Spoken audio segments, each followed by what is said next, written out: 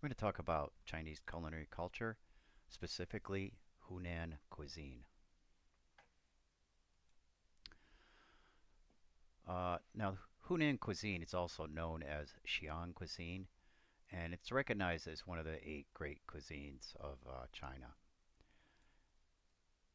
And on the right is the map of the Hunan province, and there's basically three main areas where they were combined together and are considered to be the Hunan cuisine. And it starts first the Xiang River Basin, and from there you found foods that are often deep in color and aromatic and strongly seasoned. Okay, and the Dongting Lake area.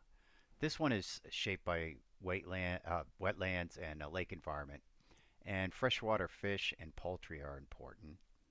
And in the western mountains, um, the minority, so-called minority areas, this is where preserved foods and smoked meat and mountain ingredients originated. Okay. Okay. In terms of the geography, Hunan province is subtropical, so it has humid summers, mild winters, and a lot of rainfall.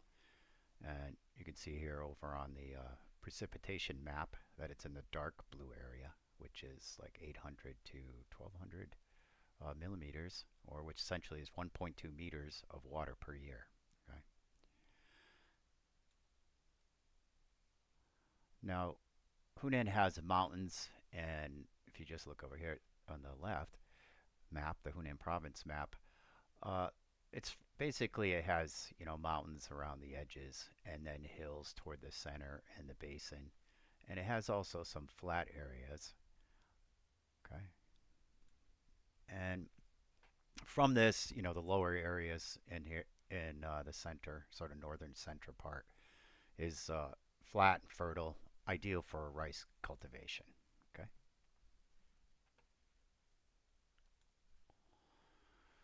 Okay.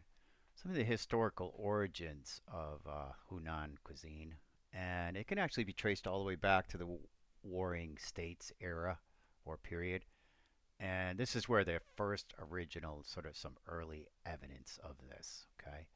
Uh, During this time, Hunan was part of the Chu, sort of Chu area or region. And this is really, I think, where they started to consider this to be like the earliest evidence of this food culture showing up. Okay. Now, in the Western Han period, in the Ma Wangdui tombs in Changsha, that even during this period, and around 200 BCE, or between 200 BCE and 220 CE, they actually, in the tombs, um, uh, they found remains of food and artifacts connected with food culture, uh, even like recipes on um, bamboo sheets. Okay, this over here to the left is just an old stove during that era. Okay, now over the time period, over the centuries, they started to add things added to what was originally there or part of the food, what could be the center of the food culture at that time. And what ended up happening, they had rice cultivation, freshwater fishing, smoking, curing, pickling, and strongly seasoned dishes all sort of developed over this period of time. Now, the formal recognition of actually considering it to be a distinct cuisine didn't really happen until the 17th century. And let's see, the chili peppers that came in and actually in late 17th century that actually showed up there. Okay, all right, okay. So for the essential elements, right, these are considered essential elements you would find in basically all this. Maybe it's not everything, but most everything. We would say that you're going to see chili peppers are really common, and fresh chili peppers. Okay. We also have they also have pickling and preservation is common, And the pickling and preservation really can help in terms of balancing dishes, right? So you get this sort of spicy, sour taste out of that. Okay. Smoked and cured foods, really common. And of course, this is in a humid climate, so preservation is one thing. In terms of there's a couple of reasons to smoke and at least smoke and cure foods, but cure foods. Uh, Preservation is really important, right? And it's in a humid climate, so they and without refrigeration, you have to have a way to preserve your foods. In this case, meats. Okay. Okay. And we talk about aromatic like garlic and ginger and shallots, those little onions here, those small onions. Um, these are they say build a fragrance intensity around chili heat, and also aroma, adds aroma to it. Okay, and sort of the oh, I misspelled the words here. I don't think I'm going to go back and do it though. Stir frying and dry frying and red braising, steaming and smoking are core cooking techniques that are used in the Hunan cuisine, and that is actually some detail of that on the next slide. Okay. Okay. So this is what you're going to see with these sort of five main cooking methods. There are some others, but I picked the first five here, or the five what I would consider the most common. And just talking about each one, stir frying itself is where you you know throw the ingredients in the pan, have a oil already heated up, and you toss them or stir them very quickly and at high heat, and you pull it out from there. And if by doing that, by having it such cooked for such a short time, you keep the ingredients will keep a good deal of their color, texture, and freshness. Okay. Now, a related way is dry frying. Now, with dry frying, um, you don't want to. It gives you a drier dish, but it's not a saucy dish. But in this case, you get textured, more concentrated flavor. Okay, so you're kind of remove difference is really removing that sauciness of a dish. The next thing is steaming.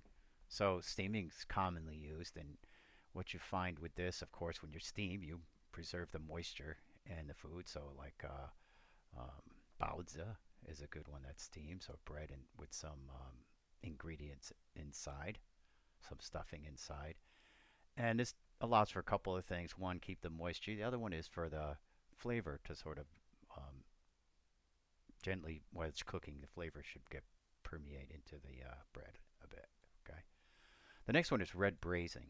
Okay. In this case, um, you're slowly simmering food, and for braising or red braising in this case, it looks red with it because you add soy sauce and sugar and red wine and other things, other aromatics, such as ginger, scallions, something, or garlic. Okay. And smoking also is another technique that was used, pretty common. And here's just like a traditional way of doing that, smoking meat, shown in the photo. And this one adds more flavor as well as preservation. So it's an important technique that was used. Okay. Next. Okay. Some distinguishing characteristics. Now you'll find, in other uh, areas close, like Sichuan, um, uh, close by, that there is going to be some commonality between dishes that sort of going from both of them, especially since they're both part of the so-called Xi'an area. Um, One of the things you'll see with Hunan, at least for with dining, it's very social. Okay, you'll see that communal dining is common, where everybody's around a family, or with their guests around a table. Each person has their own rice, and they have chopsticks, and they share the dishes that are in the center. This is really good for conversation and family interaction. Okay. Also, you'll see some heavy use of preserved and cured smoked foods. Okay, part of tradition, and also pickled ingredients. So with pickled ingredients, like before I said, you get that sort of hot sour balance when you put it in a very spicy dish. So spicy dishes are very common.